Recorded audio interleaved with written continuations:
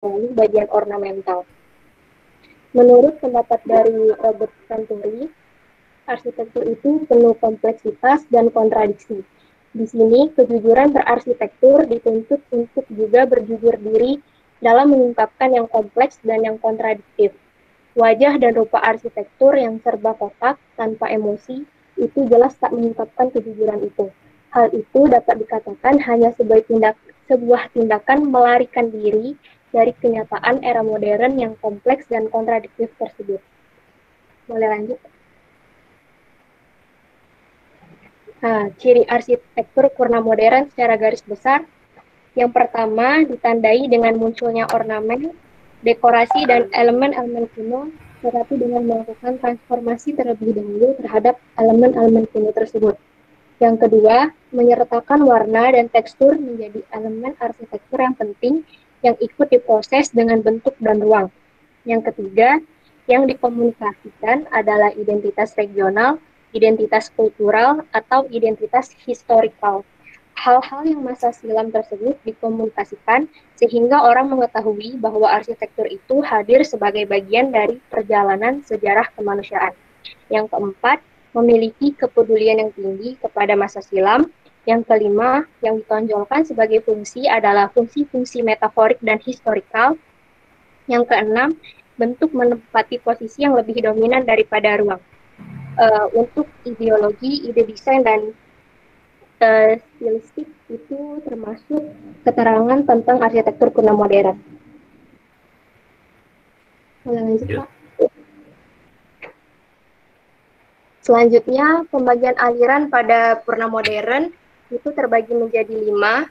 Yang pertama, klasikisme ironik, yaitu penggunaan unsur klasik atau masa silam yang menjadi utama, namun penerapannya diubah menjadi sesuatu tanpa ornamen. Yang kedua, klasikisme kanonik, yaitu aliran yang gaya arsitekturnya secara penuh dikumpulkan dari gaya-gaya klasik. Yang ketiga, klasikisme laten, yaitu gaya yang lebih mengarah ke modern atau klasiknya sedikit ditampilkan. Yang keempat, klasikisme fundamental, ragam yang mengikuti tradisi kembali ke bentuk asal, yakni geometri. Dan yang terakhir ada tradisionalisme modern, yaitu memiliki ciri bangunan terlihat tetap seperti bangunan tradisional, walaupun pembuatannya tidak tradisional. Contoh bangunannya adalah Museum of Roman Art di Merida. Lanjut, Pak.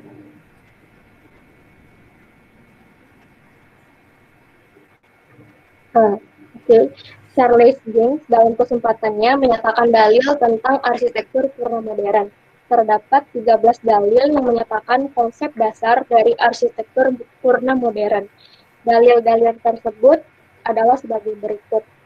Yang pertama yang termasuk dalam umum, yaitu 1, multivalensi adalah diperoleh dari single valensi, imajinasi melebihi hayalan. Yang kedua, kompleksitas dan kontradiksi adalah melebihi kesederhanaan dan minimalis.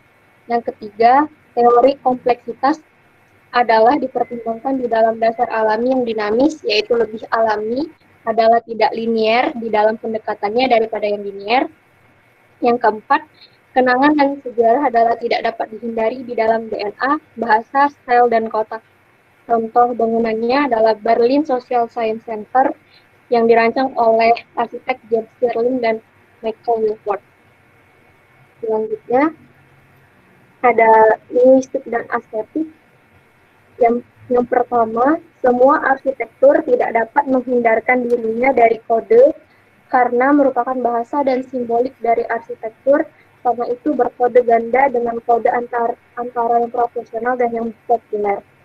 Yang selanjutnya, semua kode adalah dihasilkan oleh komunitas, semiotik, dan aneka macam kebudayaan. Oleh karena itu, diperlukan banyak kebudayaan untuk dijadikan sebagai dasar desain dalam radikal eclecticism. Selanjutnya, arsitektur adalah bahasa publik. Oleh karena itu, diperlukan purna modern klasikisme yang mana merupakan bagian dasar dalam universal arsitektur dan mengganti teknologi. Selanjutnya, arsitektur memerlukan ornamen yang mana menjadi sesuatu yang simbolik dan simfonik. Oleh karena itu, diperlukan hubungan antara teori-teori yang dijadikan informasi. Yang terakhir, arsitektur memerlukan metafor.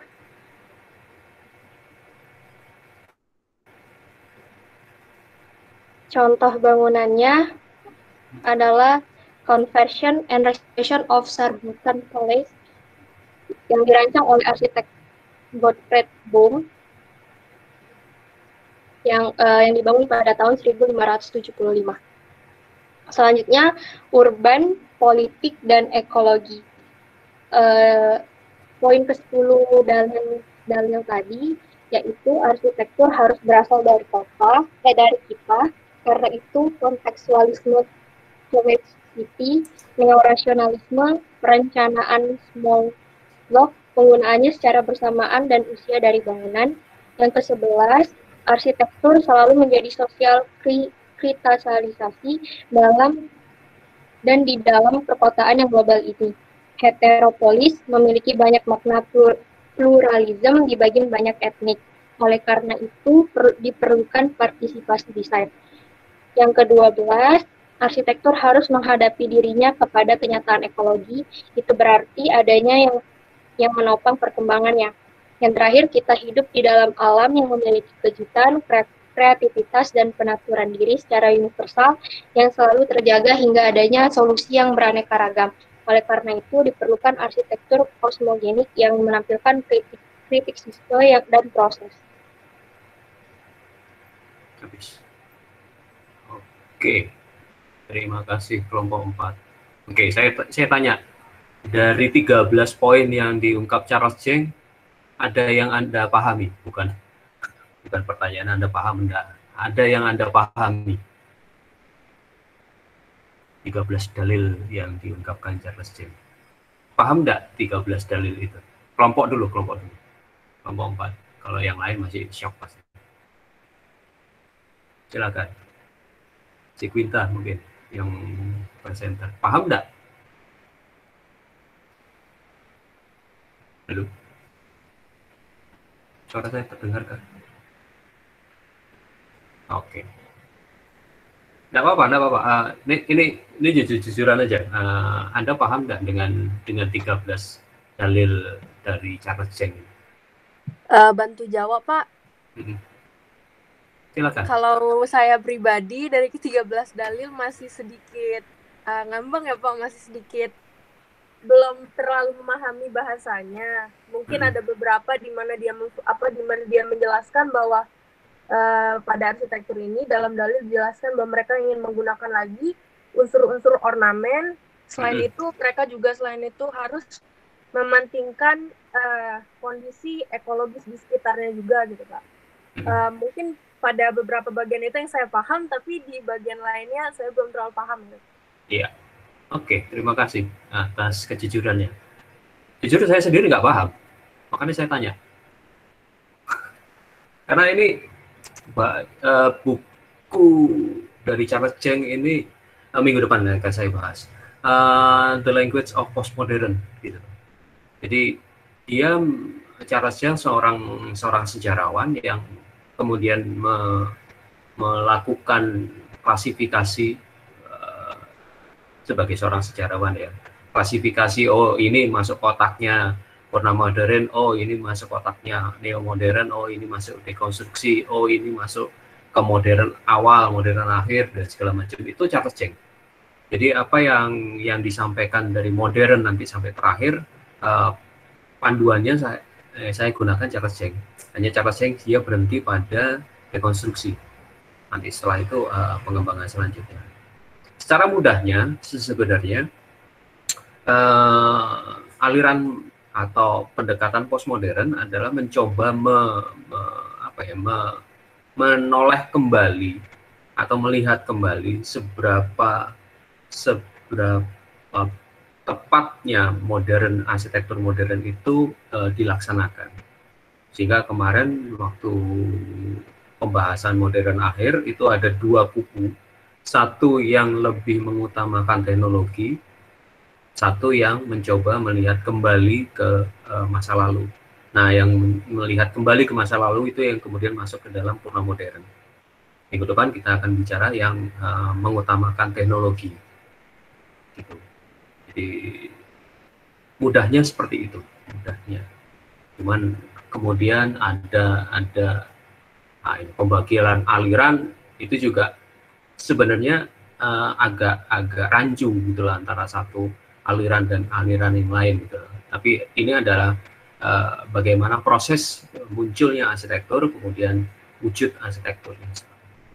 Yang lebih mudah di purna modern memang dia lebih mengutamakan bentuk daripada ruang. Itu kembali lagi ke arsitektur klasik. Tapi tidak hanya sekedar mengcopy arsitektur klasik atau tradisional, tapi ada transformasi yang menarik. Mungkin itu penjelasan sekilas saja. Ada yang ditanyakan dari rekan-rekan yang lain, baik ke kelompok. Kalau bisa kelompok yang jawab dulu, silakan. Silakan. Saya ingin bertanya, Pak. Ya, silakan Pak. Coba yang halaman pertama setelah judul tadi, kelompok si Wawa, yang bagian kejujuran arsitektur. Kejujuran gimana itu ya? Ya. Ini bukan? Yang halaman pertama tadi. Iya, di awal.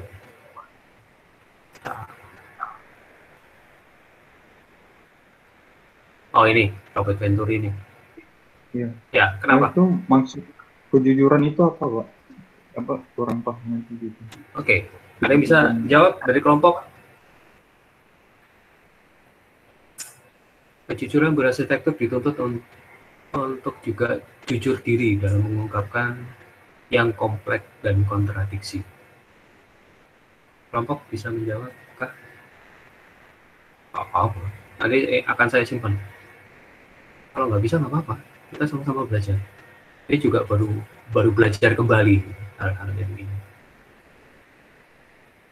Oke, ada kelompok yang bisa bantu? Arsitektur itu penuh kompleks dan kontradiksi. Itu pendapat dari Venturi. Ada bukunya memang, Complexity and Contradiction.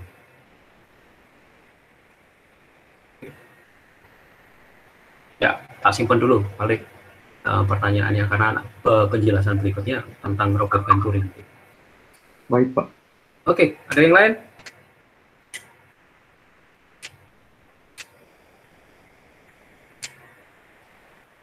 Ada yang lain? Ditanyakan? Oke, kita kembangkan ya. Saya akan buka ya. Dari kenapa saya minta kemarin kelompok 4 ngirim dulu, karena saya juga mau pelajari dulu apa yang sudah kelompok kerjakan dan saya akan menambahkan di beberapa titik. Dari kelompok terungkap bahwa mengacu pada Robert Venturi. Ini tokoh yang luar biasa karena dia seorang arsitek. Oke. Dia seorang arsitek yang lahir di situ lah. Kemudian di seorang arsitek Amerika, lalu bersama Dennis Scott Brown yang kemudian menjadi istrinya, bikin konsultan. Dan yang menarik dari Venturi adalah dia secara tegas menolak apa yang diungkapkan oleh Mies van der Rohe. Dengan less is more dari Mies van der Rohe, dia ungkapkan dikritik bahwa sebenarnya bukan less is more, tapi less is a bore. Less is bore, jadi membosankan ketika hanya ruang, ketika hanya ruang kosong, ketika hanya minimalis segala macam, itu sangat membosankan. Mungkin kaitannya juga dengan kejujuran. Dan sebenarnya manusia juga tidak hanya butuh ruang untuk sekedar wadah aktivitas, tapi ada hal-hal yang ingin diungkapkan, ada simbol-simbol yang ingin diungkapkan. Tapi kemudian bagaimana simbol-simbol itu tidak serumit atau tidak seglamor masa-masa para Rokoko atau masa-masa klasik sebelumnya. Nah, itu kemudian diungkapkan di dalam bukunya. Yang kemudian ini bukunya Complexity and Contradiction. Di buku ini dia memfokuskan pada bagaimana elemen-elemen yang di masa lalu, di klasik atau primitif itu kemudian bisa muncul. Dan sebenarnya arsitektur itu sangat paradoks, sangat kompleks, dan bahkan kompleks dan kontradiksi, saling bertabrakan. Dan itu yang justru menarik. Arsitektur should not be guided by habit, but rather a conscious sense of the past with a carefully consider of architecture precedent. Ini terkait juga dengan mata kuliah TMPA. Kenapa pakai studi presiden? Mengacu adalah salah satunya adalah dari Venturi ini. Kita harusnya belajar dari masa lalu dan tidak meniadakan sejarah, tidak mengabaikan sejarah, kesejarahan, baik tadi bahas kota, baik lingkungan dan segala macam. Dan yang menarik dari Venturi ini adalah bagaimana dia mencoba mendemonstrasikan antara masa lalunya dan kemudian transformasi desainnya. Itu yang menarik dari buku ini. Dan kemudian buku ini tidak hanya sekedar buku teoretik, berhenti di buku teoretik, tapi dia kemudian buku ini diimplementasikan dalam sehingga efek dari atau konsekuensi dari pemikiran Venturi yang tidak hanya berhenti pada teoretik semata, namun juga dalam karya-karya arsitekturalnya, ini yang kemudian menjadi catatan besar oleh British Prize. Seperti pernah saya ungkap, Pritzker Prize ini adalah mirip kayak Oscar di dunia perfilman. Jadi silakan kalian masuk aja di pritzkerprize.com, itu kita akan dapat sejumlah nama yang memang mendapat penghargaan dari kontribusinya terhadap dunia arsitektur, baik dari teoretik terutama dari prakteknya. Dan Robert Venturi mendapatkan tahun 91 karena perjalanan dan titik tonggak pemikiran postmodern ya.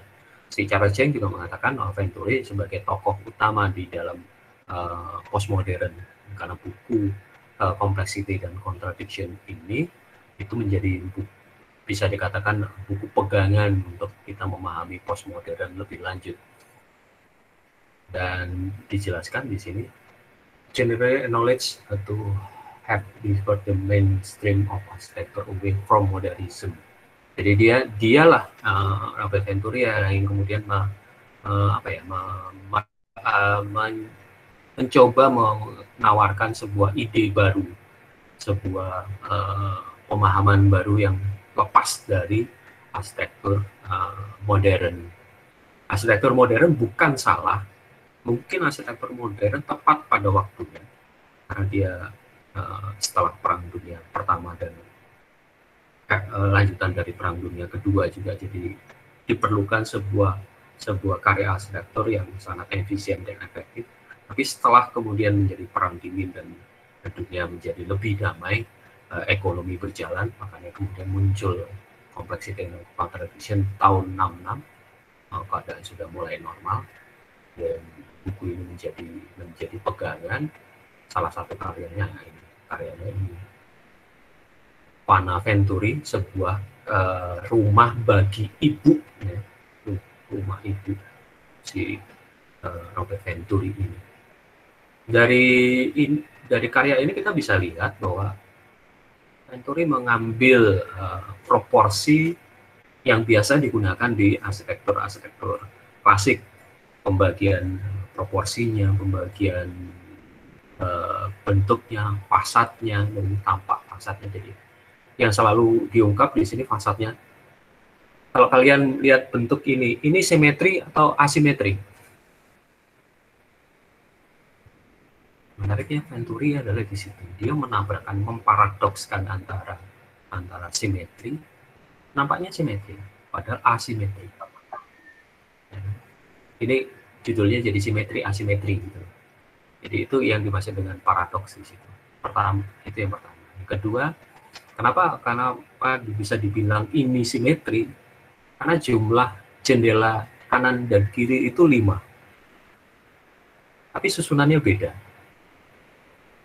Yang sebelah kanan dari foto ini itu dijejer memanjang. Dan sebelah kiri 4+1. Kemudian ada proporsi-proporsi kayak klasik golden section dan segala macam dia pakai. Berapa? Jelas itu. Kemudian kotaknya juga ada gitu. Dan bentuk segitiga ini itu di klasik Yunani juga digunakan.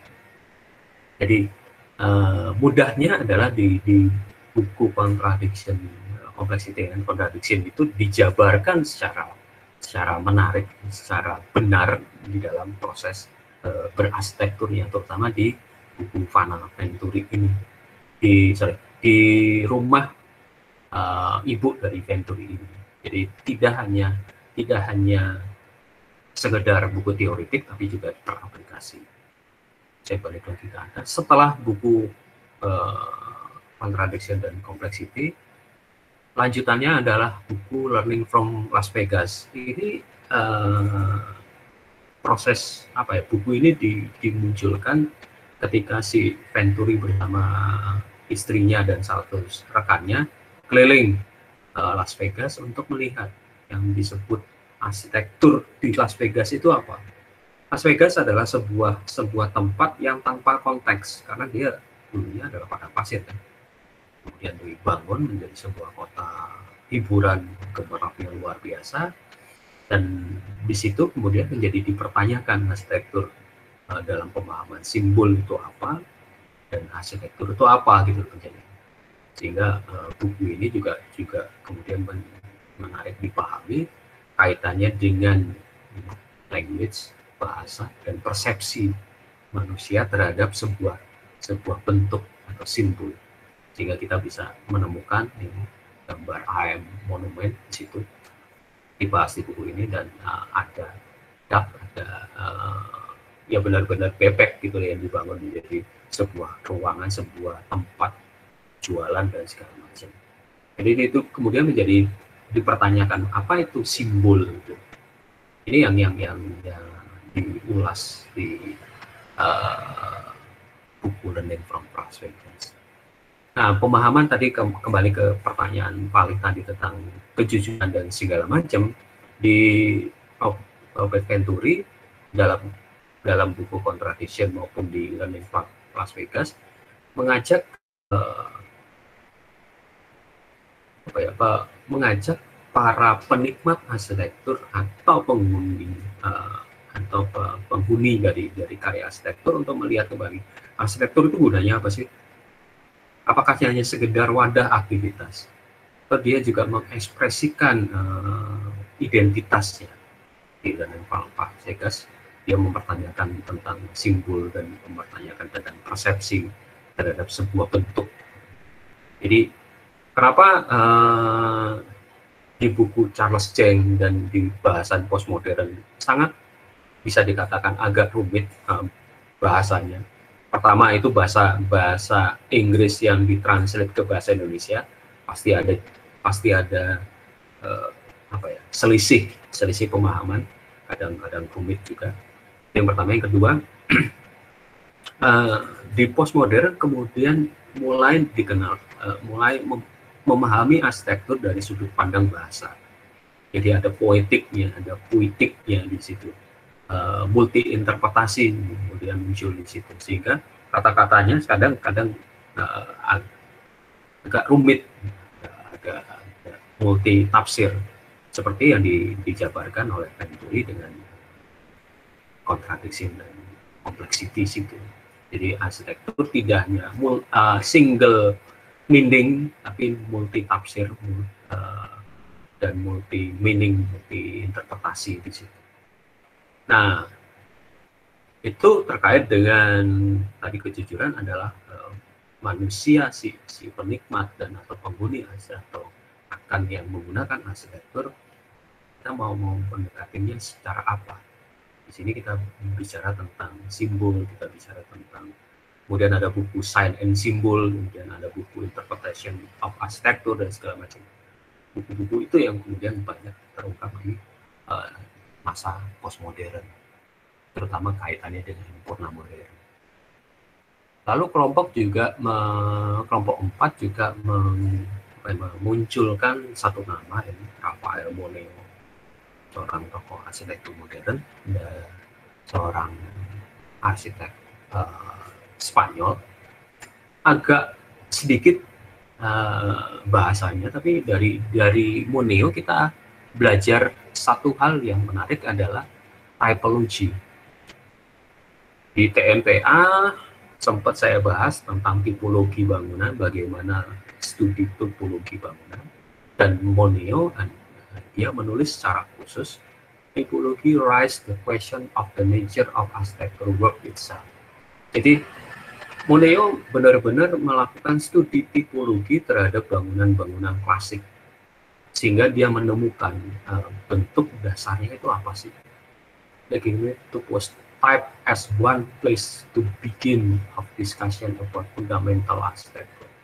Jadi bentuk yang dasar, bentuk fundamental di dalam arsitektur, dia telusur melalui studi tipologi terhadap arsitektur masa lalu.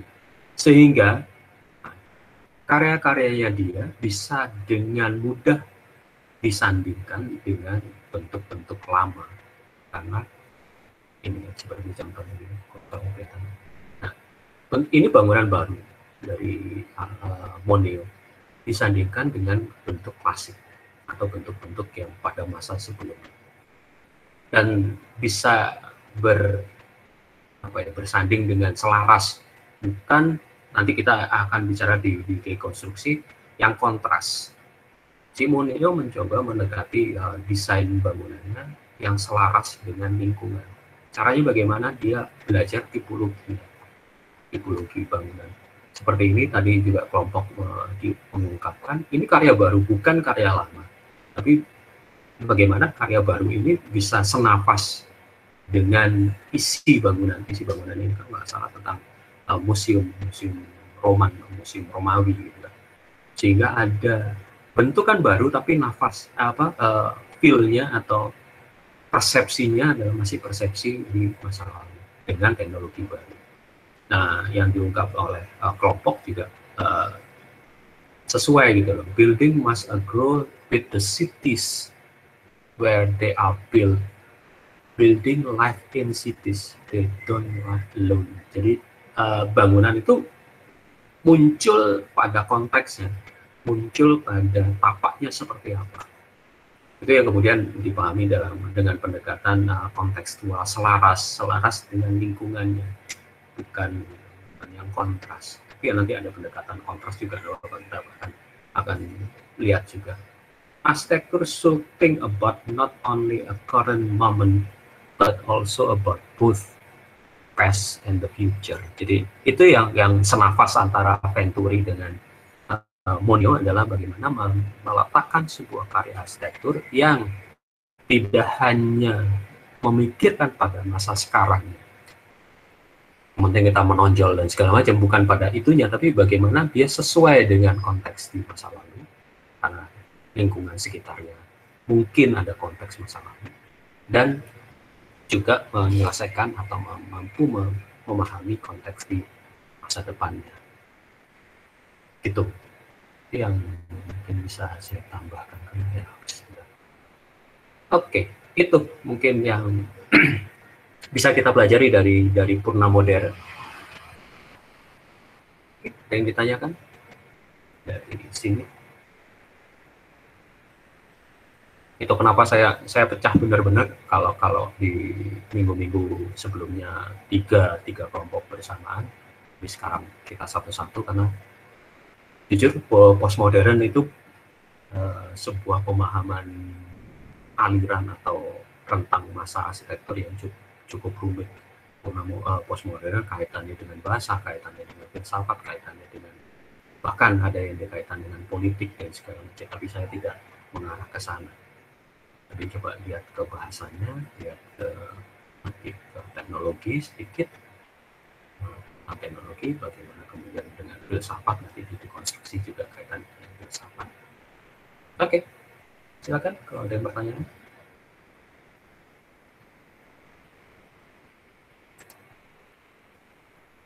Cerah dari kelompok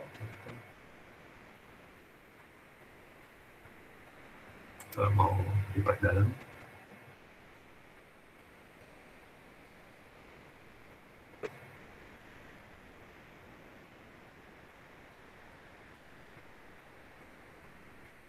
Ya, karena mata kuliah arsitektur mancanegara ini hanya memang slideshow, jadi mungkin akan lebih menarik kalau kita bahas kapan ya, dalam proses desain sebenarnya. Postmodern ini kalau di tataran level sarjana S1 itu memang lebih kepada identifikasi. Jadi kalau postmodern akan jadi menarik di tataran sarjana ketika proses desainnya masuk, tidak hanya sekedar fungsional tapi juga simbol. Ada hal yang menarik lagi kalau memang dibahas secara kritik dan segala macam. Ini bahasan di lain tempat. Oke, silakan, daripada saya mulai meracau ngomongnya nggak karu-karuan. Tapi iseng-iseng aja nanti kalian main ke basisprice.com, kalian lihat perkembangan. Cukup seru sih melihat perkembangan karya-karya arsitektur dan bagaimana mereka mendapatkan penghargaan. Lebih ke bagaimana dan mengapa. Contoh ini Aldo Rossi juga salah satu tokoh purna modern, karya-karyanya seru banget. Aldo Rossi, Moneo, sisa di tempat yang lain. Oke, silakan. Kalau nggak ada, nggak apa-apa. Jadi minggu depan, seperti biasa, mohon maaf kalau saya minta agak dipercepat. Jadi mungkin kalau minggu, sehingga saya bisa seperti ini, saya menginsertkan sesuatu hal baru di samping apa yang sudah dilakukan kelompok. Kalau nggak salah, minggu depan neo-modern ya. Neo-modern, kemudian di web e-learning saya sudah mengunculkan satu video dokumentasi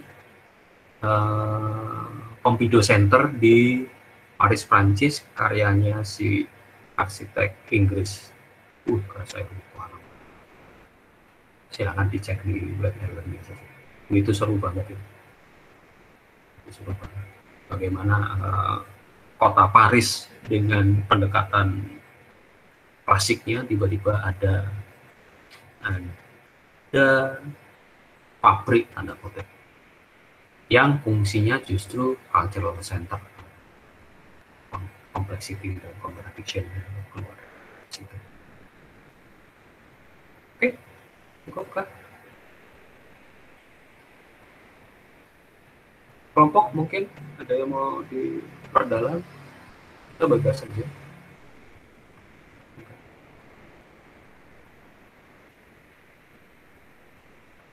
Saya juga sengaja tidak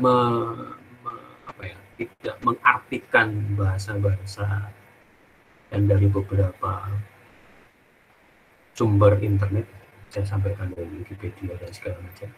Bukan karena ya salah satunya sih kemampuan bahasa saya juga tidak terlalu bagus meskipun ada Google Translate, tapi saya nggak mau kehilangan konteksnya. Kadang ada beberapa bahasa Indonesia yang kemudian menjadi dipermudah dan aneh gitu bahasanya. Ini juga nanti saya akan sertakan di kayaknya sudah di webinar. Oke, cukup kah? Kemudian minggu ini tidak ada tugas, tidak ada resume dan segala macam karena akan digabung menjadi satu resume jadi Purna Modern, Neo Modern, dan Dekonstruksi akan jadi satu resume agak besar sebelum nanti masuk ke tugas-tugas berikutnya. Cukup. Kalau nggak ada, terima kasih sudah mendengarkan ocehan saya pagi ini.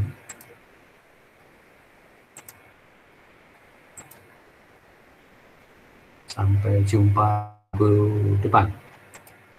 Terima kasih.